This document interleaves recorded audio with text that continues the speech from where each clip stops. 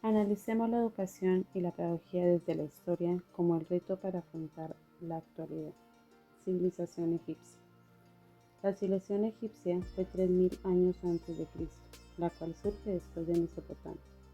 Al noroeste del continente africano, ha sido reconocida como el lugar donde existen majestuosas pirámides, las cuales eran el aposento del faraón como la representación de la fuerza o poder sobre los esclavos. Egipto cuenta con su gran río Nilo, el cual permitió la vida de la población de aquel entonces, donde se da inicio a la creación en sus alrededores a las ciudades o provincias, las cuales eran gobernadas por nomarcas, quienes eran los recaudadores de impuestos y reclutadores de trabajadores.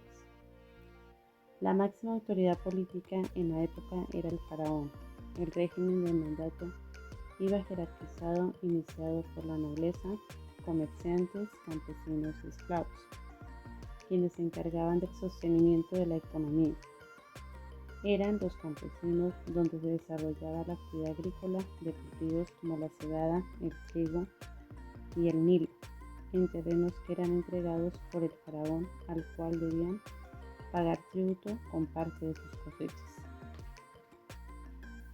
El comercio se daba por medio del trueque o cambios de productos para la consecución de madera y otros productos. La historia de esa civilización se divide en tres imperios: Antiguo Imperio, Imperio Medio y Nuevo Imperio, donde en cada uno de ellos se vivió grandes transformaciones, las cuales fueron dando vida y sentido a la civilización. Además se dieron unos periodos intermedios donde aconteció diferentes conflictos, como la invasión, gobiernos débiles y crisis políticas. Dentro de estos periodos aparecen los hicsos, quienes le dan una utilidad importante al bronce para realizar armas y herramientas de trabajo, quienes más tarde son expulsados del territorio por el faraón Amoxis I, quien expandió su poder político por todo el territorio. Posteriormente logra estabilizar y reestructurar temporalmente el faraón Ramsés los diferentes conflictos. Cuando él muere, empiezan a ser gobernados por otras poblaciones, las cuales pertenecían al gran imperio romano, por las fuerzas de Alejandro Magno. De esta manera desaparecen los gobiernos de esta civilización. Con el pasar del tiempo, la educación ha tomado un papel muy importante dentro de la sociedad, puesto que desde las épocas antiguas se han estado en lucha constante de este proceso, buscando igualdad y oportunidad para todos. El proceso educativo contribuye a la formación intelectual y desarrollo de la sociedad por medio de las facultades físicas, intelectuales y morales del ser humano. A lo largo de la historia han quedado grandes rezagos de exclusión, discriminación por diferentes situaciones que han marcado el desarrollo de la vida social, tanto económico como político. Por ende, la educación se ha centrado en formación de individuos competentes a las diferentes situaciones de la sociedad. También se ha marcado en gran parte el recorrido de la historia de la educación y la pedagogía, que es la disciplina que permite desarrollar los modelos de enseñanza-aprendizaje para orientar los conocimientos a los estudiantes, donde se generan diferentes estrategias para llevar el aprendizaje, la cual también ha sido muy marcada desde los tiempos antiguos, con el método tradicionalista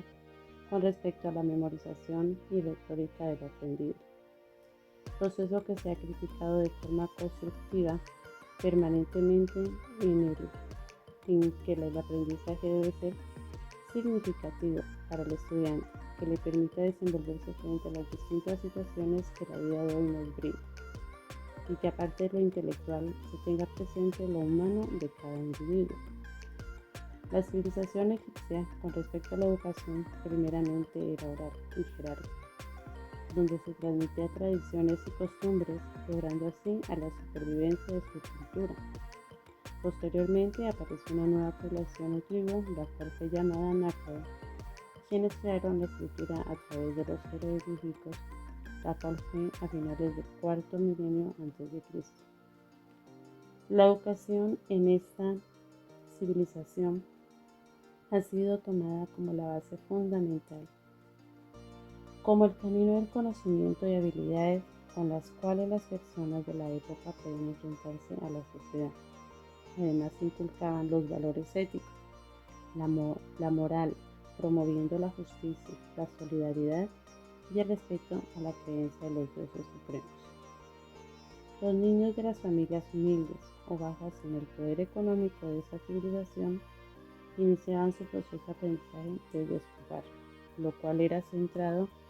en aprender una habilidad u oficio con el cual se pudiera defender en la vida social, puesto que la oportunidad de la educación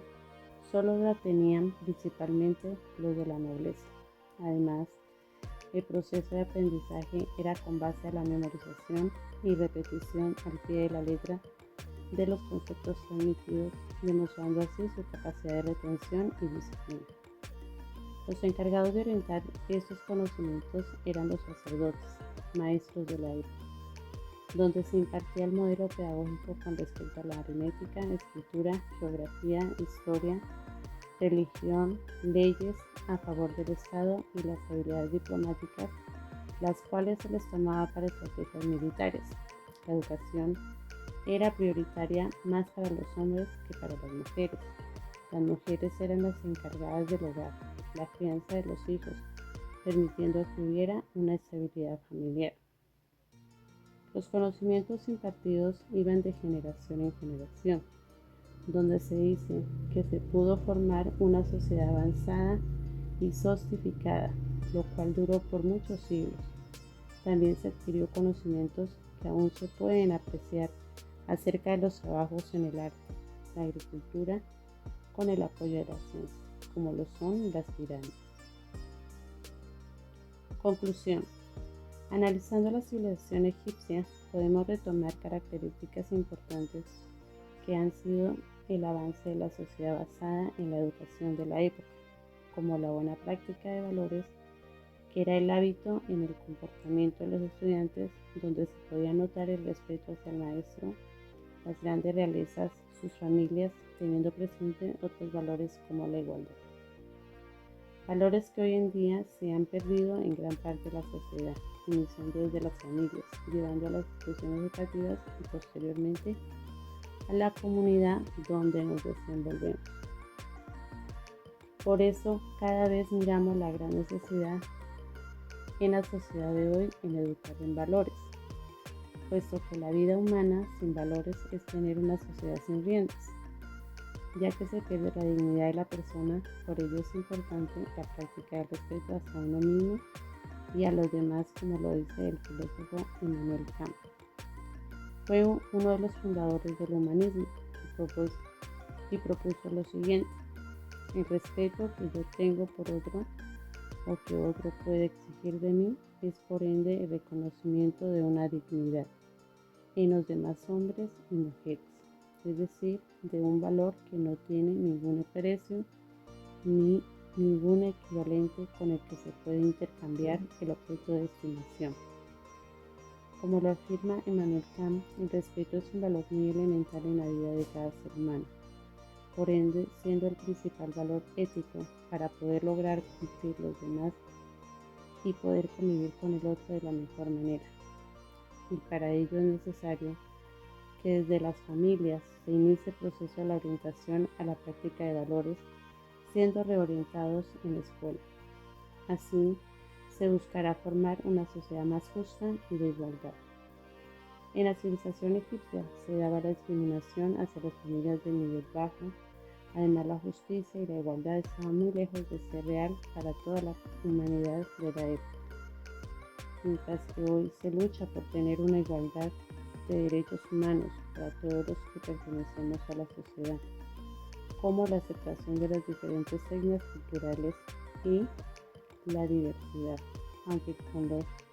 lo mencionábamos anteriormente, existen personas que no le dan el verdadero valor al otro ni a sí mismo, donde se refleja aún esa falta de formación moral y ética. Por ende se vive la discriminación, la exclusión y los estereotipos. Otro espacio importante de resaltar es con respecto al valor a la mujer como un ser que puede ser capacitada intelectualmente de igual manera como lo es para los varones, pero desde las altas realezas. Además, las mujeres contraen matrimonio a temprana edad, formando una familia, quienes eran las encargadas de la educación primeramente de sus hijos, pero para los niños de las familias bajas no era posible llegar a las escuelas. Por ello les orientaban en escritura y habilidades de defensa para el trabajo y la vida social. Por ende existía la exclusión y la desigualdad para las mujeres y niños de las clases bajas, donde hoy podemos notar que se ha tenido algunos cambios respecto al valor de la mujer, reconociendo sus derechos como un ser humano parte de la sociedad, ya que la educación es el puente mediador para lograr dentro de la sociedad que haya igualdad y justicia, puesto que esas son una condición básica y necesaria para el desarrollo de la misma. Por ende, es menester que exista una educación no discriminatoria, de manera que beneficie tanto a los niños como a las niñas para lograr relaciones más igualitarias entre hombres y mujeres en la sociedad. Para lograr reconocer los derechos de la mujer desde la historia, donde ella puede ir dando importancia a su vida social, nos encontramos con la Sor Juana Inés de la Cruz, escritora de la lengua castellana en el siglo XVII,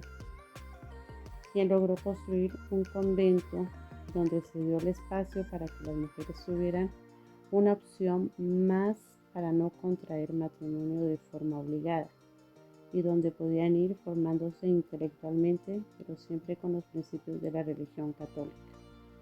Posteriormente aparece la investigadora James Amelon, reconstruye la vida de las religiosas de manera que se diera el valor a lo que ellas conocían, donde muchas de ellas con éxito lograron su autonomía con respecto a lo intelectual, a la fe de la práctica religiosa. Y así, de esta manera van saliendo diferentes pensamientos y normas en defensa de la mujer, entre ellas la Declaración Francesa de Derechos de la Mujer y la Ciudadanía,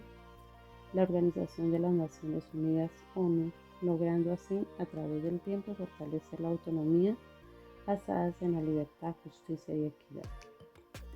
También tuvo gran relevancia la educación, tomado como un proceso de aprendizaje en la memorización y repetición de conceptos, lo cual era la línea a seguir como estrategia pedagógica. Aquí es importante resaltar el aporte que hace Pablo Freire. Pablo Freire explica que los sistemas educativos escolares históricamente han concebido al estudiante como un banco al que se le deposita valores, paquete de conocimientos, entendiendo que el educador es conocedor y por lo tanto deposita, entrega, transmite, y el estudiante por consecuencia ignorante es el que recibe pasivamente. Tal es la concepción bancaria de la educación, que el único margen de acción que se ofrece a los educandos es el de recibir los depósitos, guardarlos y archivarlos, margen que solo permite ser coleccionistas o fichadores de cosas que se archivan. Partiendo de este aporte de Paulo Freire, se puede comprender que la educación tradicional nos permite sintetizar que el modelo tradicional lleva a que toda persona esté suprimido u obligado a cumplir unas normas